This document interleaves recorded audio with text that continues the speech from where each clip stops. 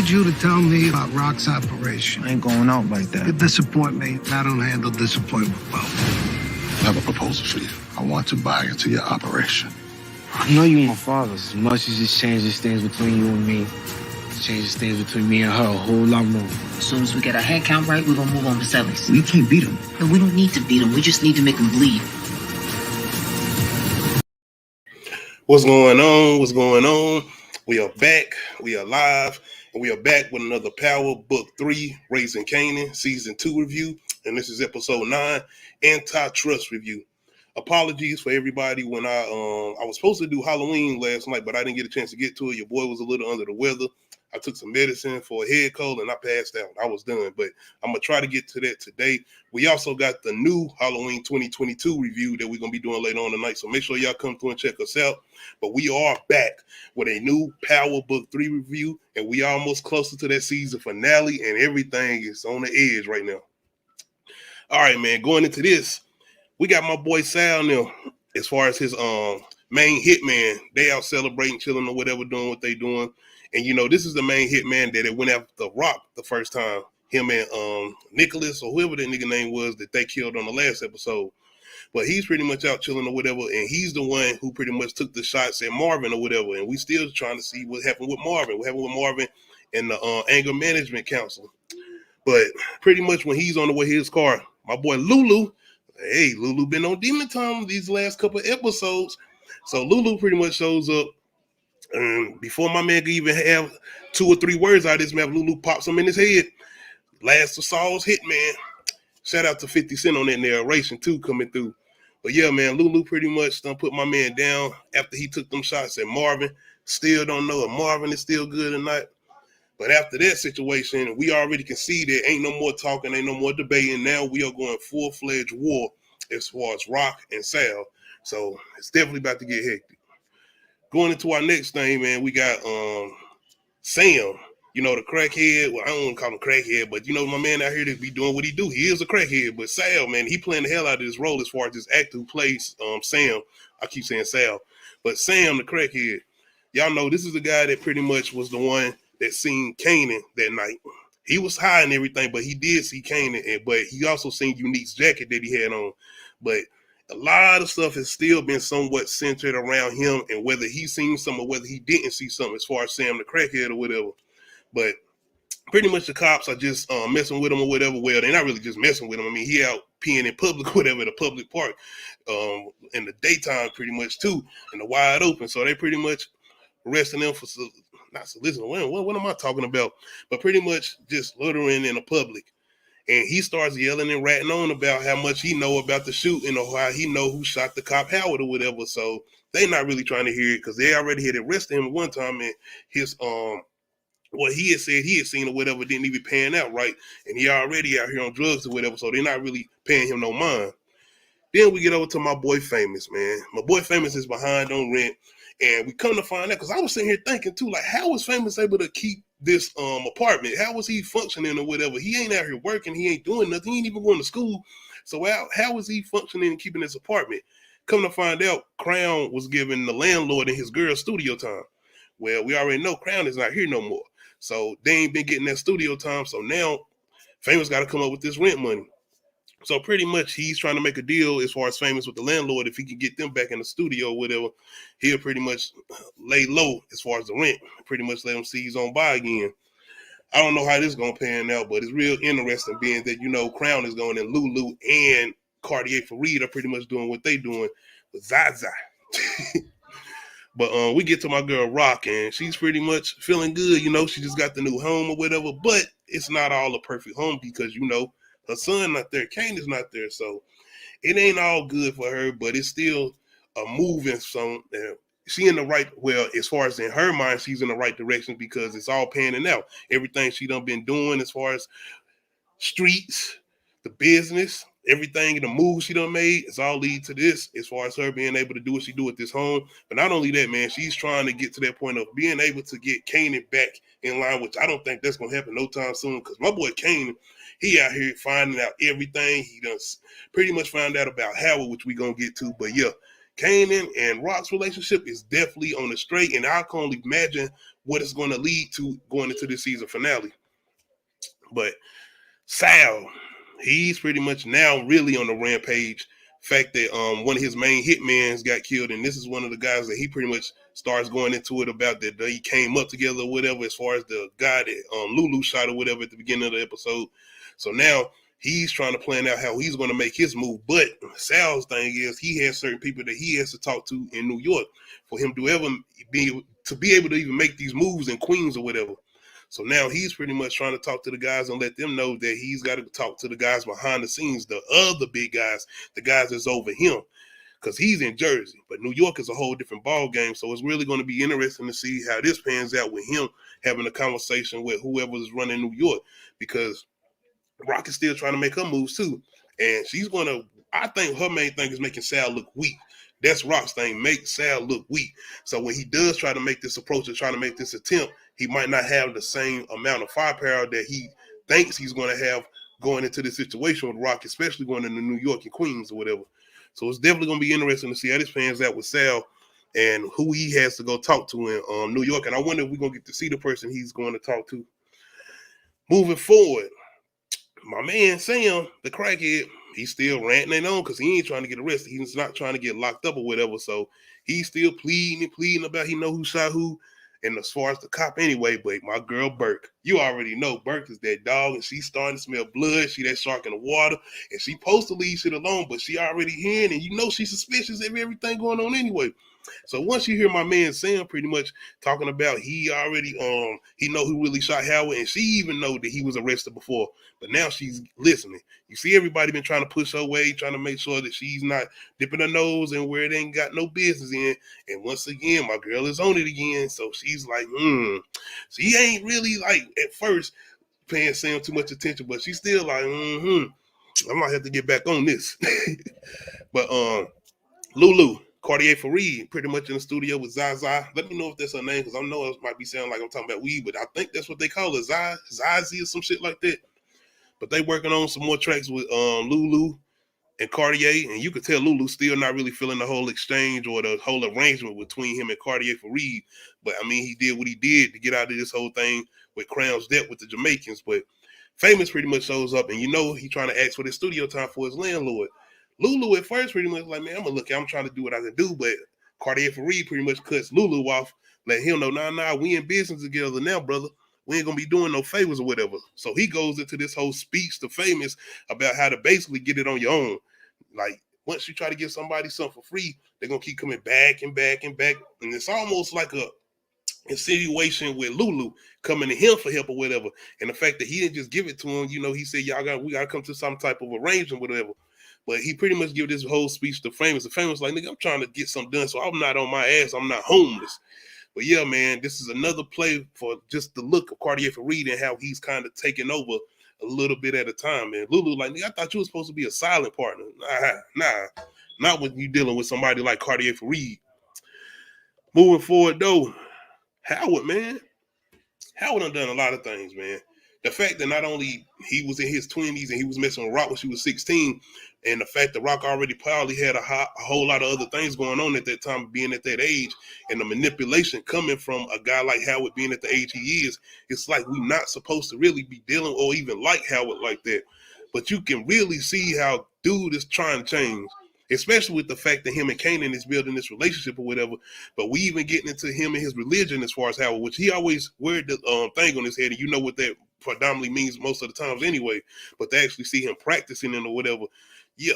And you see Kanan in the background. And shout out to the wardrobe people, because every time I see Kanan dressed the way he dressed in that shirt and jacket or whatever, it takes me back to the original OG Kanan or whatever and how he was dressing. Definitely shout out to the actor who plays the young Kanan, man. He definitely is pulling out that little mannerisms of 50 or whatever as far as when he was playing Kanan. And little by little, you see him trying to transform into that person somewhat. But yeah, man, Howard and Kanan, you see them building this relationship. And even with Kanan being or feeling the way he is about Rock, you see how Howard is pretty much like, nah, man, I want you to basically focus on what you need to do. And Howard is trying to basically talk to him like a real actual father. Like straight up, he talking to him like an actual father. And Howard seems like he don't have no animosity towards, especially not Kanan, but he ain't got no animosity towards Rock. He really like he just trying to like dead everything and try to move on and move forward and try to have a new beginning. And Marvin, I know I'm saying Marvin, but Howard and Marvin are kind of putting me in the same places the way they are trying to change certain things. Because you know how we met Howard? I mean, he was sleazy kind of. I mean, he wasn't looking like he was doing the most outrageous shit at times, but I mean, he was sleeping with his CI who had at the time happened to be 16 years old, which was Rock. So I'm just saying, man, we know it's kind of feel like you're not supposed to like him, but damn, the way he's doing what he's doing and the way he's trying to build this relationship with Kanan, the same way Marvin trying to rebuild his relationship with Duke, it's like, damn, I'm liking Howard a little bit. I'm just saying, man, I'm liking Howard. But my girl Burt, man, like I said, she's still back here at it. She don't care what the captain say.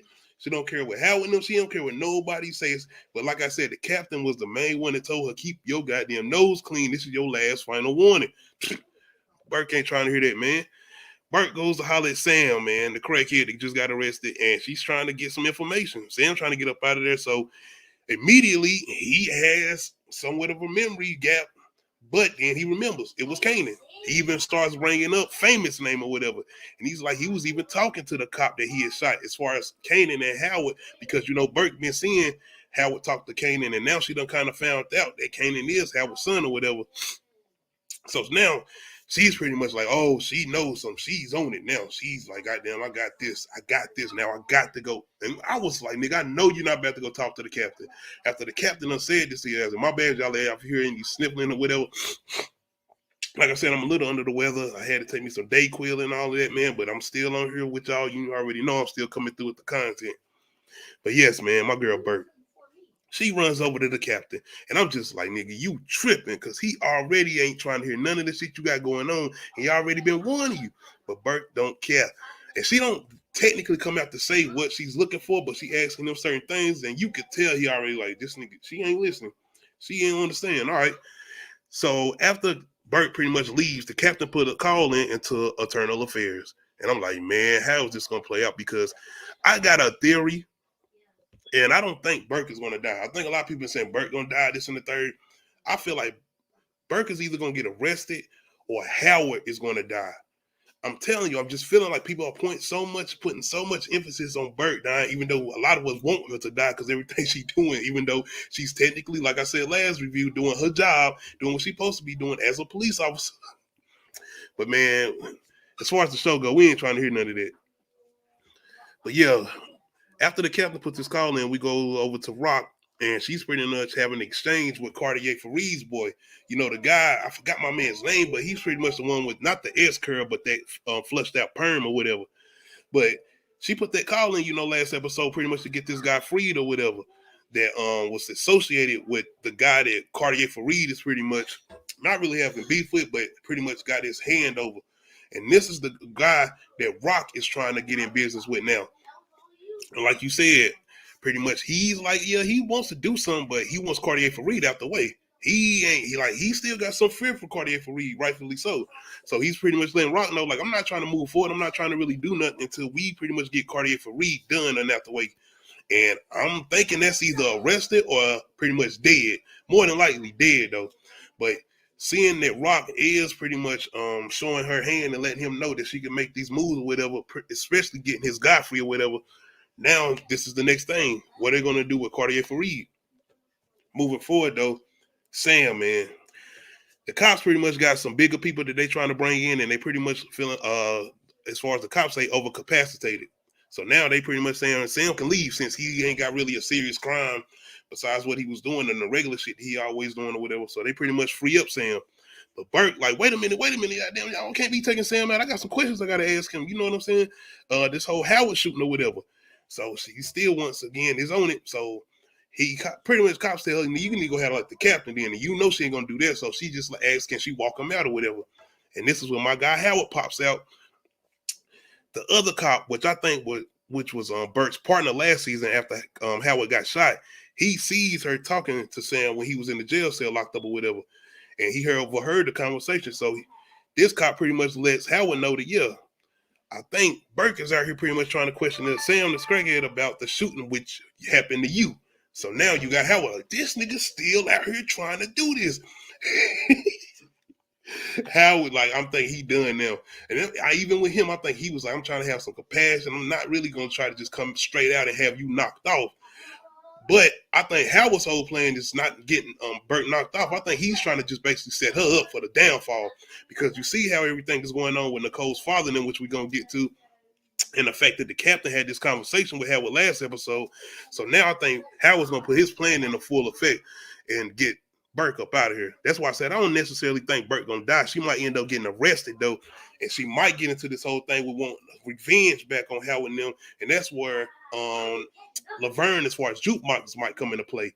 I got some theories, man. I got theories, but moving forward, man. Marvin, speaking of jukebox, Marvin and jukebox pretty much having a conversation. Of course, Marvin in the funeral, man. Damn, did I skip that? What the? But I had, my bad, y'all. But we were supposed to talk about Marvin at the funeral. Marvin, of course, is alive, and the anger management. Man, that shit threw me, y'all, because I swear I had that clip in here where I had that image or whatever. But yes, Marvin is alive, and he went to the funeral for the anger management counselor. She was the one that got hit. So now we having this conversation, and Duke just trying to check on him as far as how the funeral went or whatever. And I wasn't going front, man. I was thinking Marvin was going to start spazzing. I was thinking he was going to go into that old ways as far as him and the way he was acting before he started doing the anger management or whatever. But honestly, I feel like he might be trying to keep that thing going as far as just out of respect for the anger management counselor and what she was trying to do for him. And you can see he still honestly is trying to change. And even the conversation between him and Jukebox, he's pretty much feeling like, can he redeem himself, basically, after everything he's done and all the bad things he's done? He feeling like maybe the good things would outweigh that and balance it out. But now, after everything that's done happened, especially with the anger management counselor being shot or whatever, he kind of feeling down a little bit. But Jukebox, listening to him, you can see that she's like, nah, I'm here. And I'm just loving this relationship they building. At the same time, the dread. You already know the dread, because we know this ain't going to end on no happy note. We know how Jukebox turns out, and we don't necessarily know what happens with Marvin, but you know it ain't going to be nothing good, especially with the way Jukebox ends up. And I think this is even going to have more ramifications on how Jukebox turned out, because you see how she's building this relationship with her father, and whatever happens with Marvin is definitely going to have a major impact on Jukebox moving forward with how she turns out. But other than that, man, Cartier Fareed, Rock, man, Cartier, like, he ready, man. Come on, Rock. Like, damn, we've been having these conversations. We've been doing what we doing now. It's time to, like, hit them skins. He want that Rock box. But Rock ain't really trying to hear that yet. She good right now. So now Cartier's pretty much like, you know what I'm saying? How about I come in on your business with you? How about we work together now? Now let's do some things together. Once again, Rock ain't trying to hear that shit, man. But I think she's more of a lead on with her. Like, yeah, I hear what you're saying. Maybe we can see how some things will work out, because you already know she's trying to infiltrate his business anyway. She's trying to move on in the inside and get some of his people that he already has working for him, working for her. So she ain't trying to do that. She's not going to do that. And I already knew this wasn't going to pan out like that. If anything, she wants to take over Cartier Fareed's organization. But besides that, and pretty much Cartier Fareed somewhat sipping, but he do let her know, like, I don't pay for that, you know what I'm saying? Because she like Rock, like, oh, so you trying to do all of this and join my business just so you can get some ass. You trying to get to the box. And Cartier like, nah, that ain't it. But besides that, man, Unique, Sal.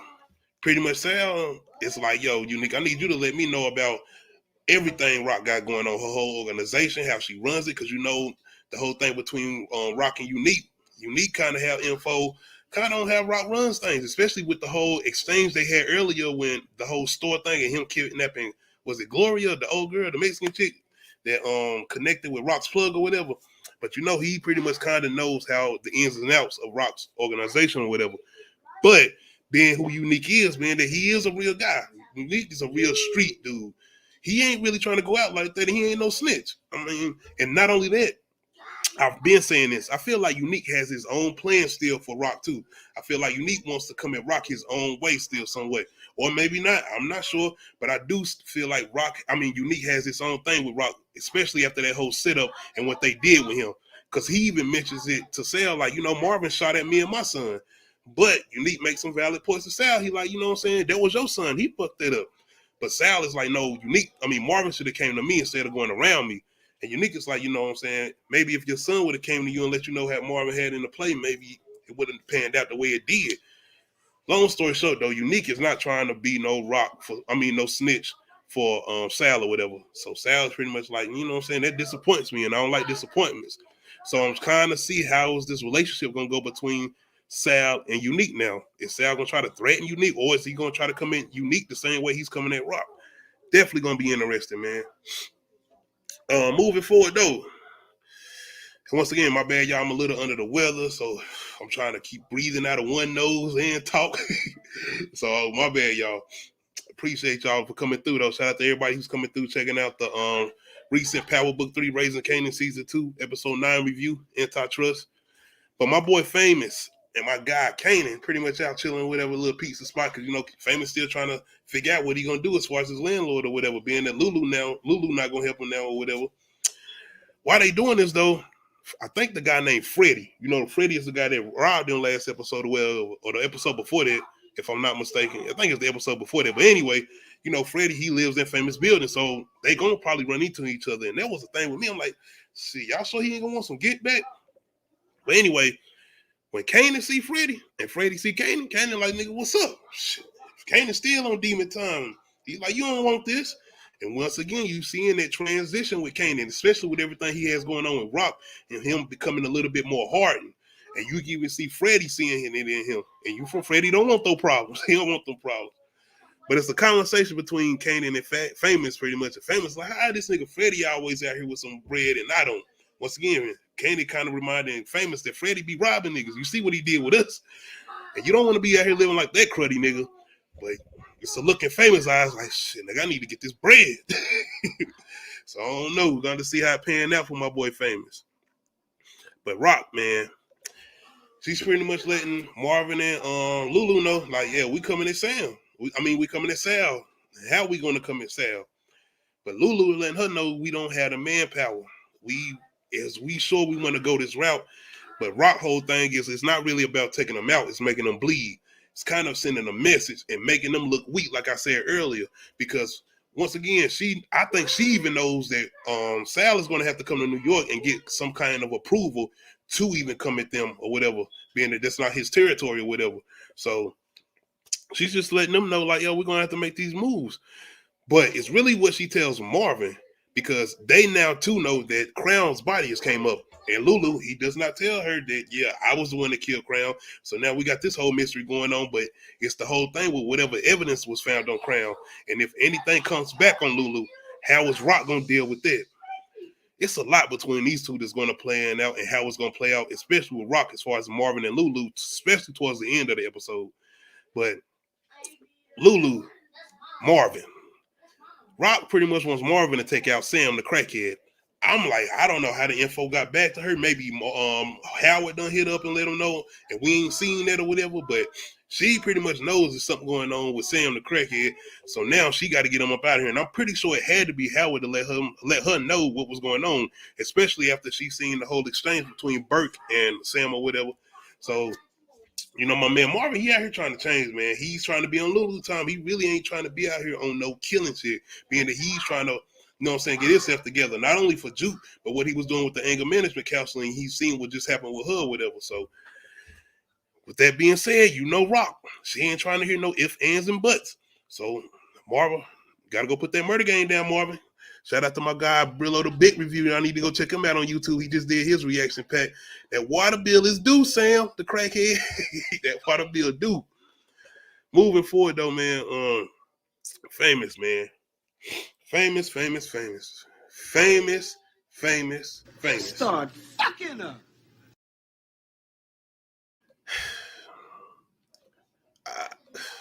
My guy, Famous, man, he out here trying to get it, man. I ain't even mean to show that, but yeah. He's pretty much feeling like he's in a do-or-die situation.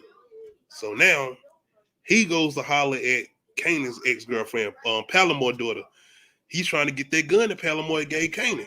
And I'm like, what is this nigga about to go try to do? Is he trying to get on Freddy time where he gonna try to go out here and rob people to get his bread? And immediately it came to my head, I'm like, we about to lose Famous in this episode. This is gonna be Famous last episode. But pretty much he goes to get the gun from Palomar's daughter. And now I'm thinking, is Famous and Palomar's daughter gonna try to get into some like little relationship? Because he pretty much telling Palomar, like, man, fuck your mama, man. Don't be worrying about that shit. And I'm not trying to smash your mama like Kanan did. That nigga Famous be funny. So, but yeah, man. He pretty much kind of talks her into bringing him the gun, and I'm like, what the fuck is this nigga about to do, man? Because Famous is not about really that life. You know, he had that whole song, Streets Need a Body, even though that wasn't his body, that was Kanan's body. And D-Rock, whatever the old boy name that was hanging with Kanan at the time that Rock killed. But between that, man, it's really, really, really getting tense, because what the hell is Famous about to do with a gun, being that he really don't be doing all of that, or he really not even about that. But it's really this exchange, man. We get over to Laverne. Nicole's dad pretty much done hit up Laverne because now we got Eternal Affairs coming into the picture, because, you know, we had this whole thing with Howard and what he told Nicole's dad about Bert, and the fact that she been snooping around doing what she be doing and she's still out here doing it. So the captain will put that call in, and now they are trying to pretty much build up evidence against Bert.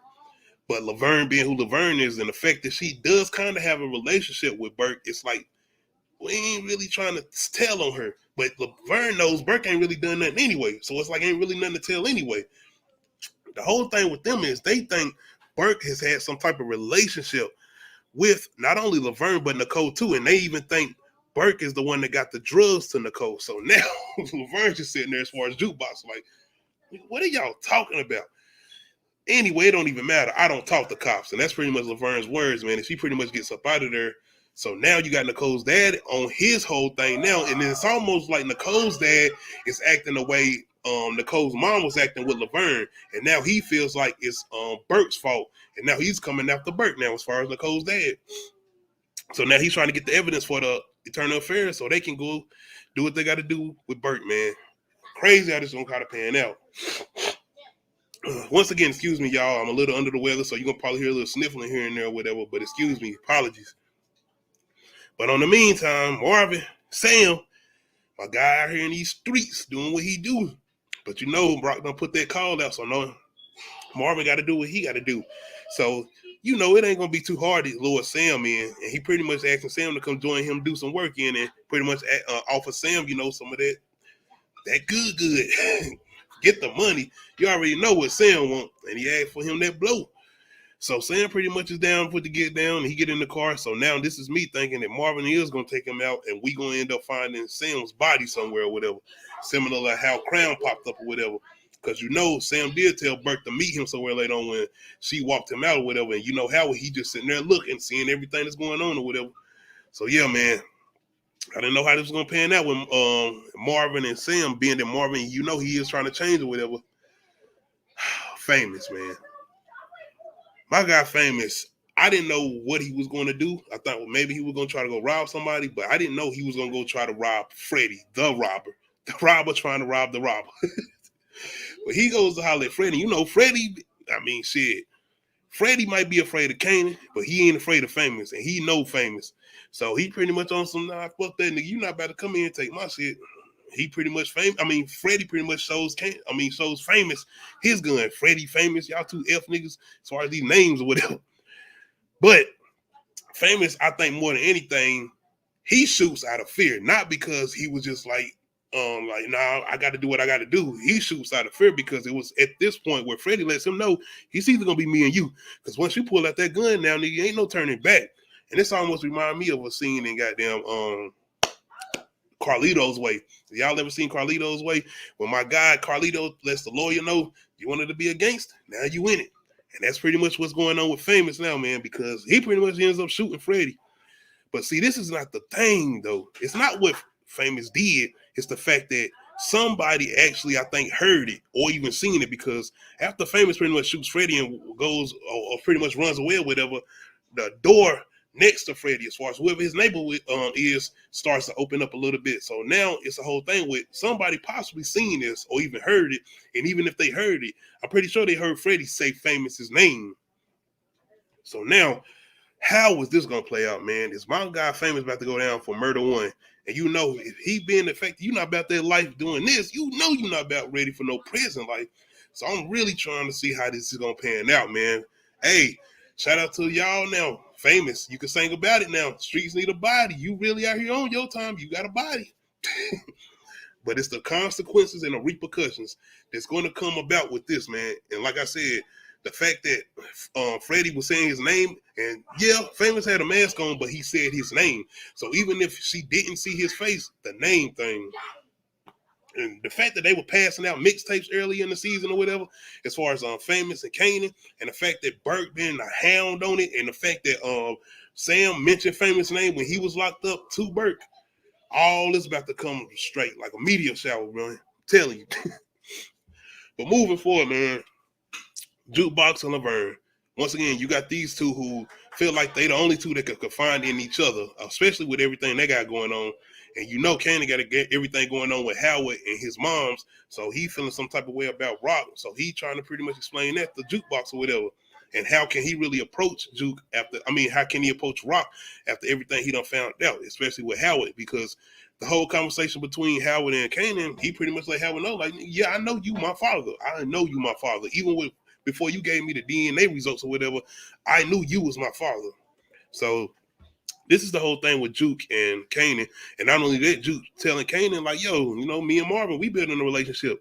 Once again, you got these two individuals who are now rebuilding relationships.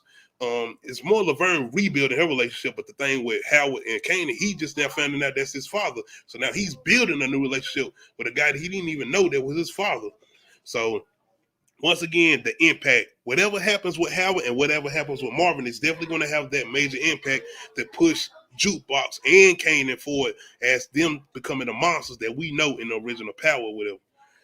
But besides them and their convo, Marvin and Sam, hey, this is definitely going to come back to bite Marvin in the ass, man.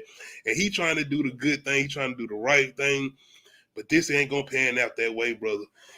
Marvin is pretty much trying to send Sam off. He's just trying to put him on a bus and kill him out of town instead of killing him. Because he's letting Sam know, like, nigga, I'm the one coming after you. You got to leave. You got to go. Because if you don't, I'm going to be the one there to take you out. So he's pretty much trying to preach to Sam. But it's not only that. Marvin trying to tell Sam, like, man, just get somewhere and try to get yourself clean. Try to get yourself together. And then this nigga Marvin hands him a wad of money. Like a big gas. I knew this shit wasn't gonna go that way, man. I just knew it, man. But I didn't know if Sam was just gonna hop off the bus immediately, or if he was just gonna go somewhere and then call Burton or try to call somebody. So I don't know. But this nigga don't get down the block, man. He don't get halfway down the block. As soon as Marvin put him on his bus and that bus moves off, Sam tells that bus driver, man, stop this bus and let me off. He don't go halfway down the street, and Sam is right back on the street with this big ass wad of cash that Marvin just gave him to do whatever he pleased with. So the fact is, I think Sam might even get to the point where he gonna try to ask for some type of protective custody now, because he know Marvin is supposed to kill him. He know they coming after him now. So I wonder if he gonna reach out to Burt now after this situation. Either way, how was this gonna play out with Rock being that she told Marvin to do this? Now that's where I get back to Lulu, because you know Lulu killed Crown, and you know Marvin was supposed to kill Sam. So now you're gonna have Rock looking at both of them like, hold on, is she gonna try to have to make a choice? I'm gonna take out one of you niggas to make an example.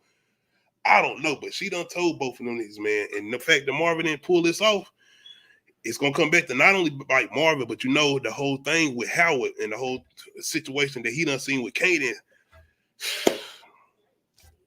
I don't know, man. I don't know. But this is leading into the season finale, and these are a lot of good moments leading into the season finale.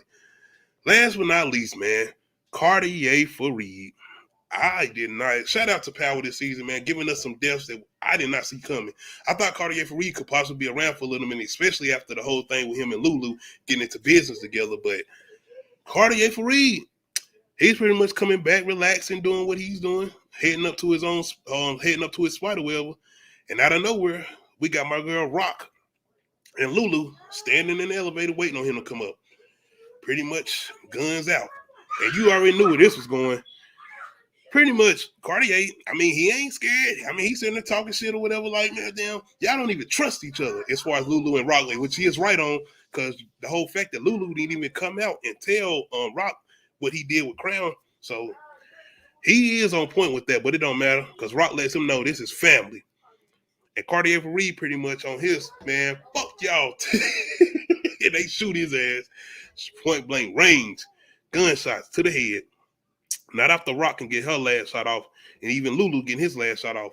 But now, is this going to be the situation where is Rock coming in and pretty much saying she's going to take Cartier Reed's spot as far as this whole record label thing? Because now this is pretty much going to be her way of moving out clean money too, because she done got a little bit of information and she done learned some things from Cartier Reed. So now this is like her free space to do what she needs to do as far as trying to run clean money through legitimate businesses or whatever. Especially after all the information she got from Cartier and the fact that now she's kind of infiltrated his organization and she's going to have certain people from his organization working from her. It's going to be interesting, but how this trust factor going to work in? Because I'm pretty sure you ain't going to be able to trust everybody that Cartier Reed had working for him, because they almost had certain fear from him. Are they going to have that same fear from you? Even though my boy did say something as far as my boy with the perm, like, that bitch blood might run colder than Cartier Reed. But it's definitely going to be interesting moving forward, especially with Rock making this move and taking out Cartier Reed. But I think this is also a power play for her against Sal, too. I think she might be trying to get some of the people that Cartier Reed had under him working for her, too, now. So she could kind of build up her manpower to go up against Sal or whatever. Because this whole war going to definitely be what we're going to be going into leading into the season finale. But now with everything that's done happened, Famous, Howard, everything, Sam, the crackhead, all of that is going to come into play in the season finale, man. But yes, man, shout out to Cartier Reed, man. I enjoyed that actor who played that role, man. He done been in a lot of things. I just recently watched the new Halloween Ends, and I forgot he was in all the Halloween movies, the new trilogy or whatever. So, yeah, my guys out here booked and busy. But, yeah, man. Y'all let me know, how did y'all feel about this recent episode of Power Book 3, Raising Kanan, Season 2, Episode 9, Antitrust Review.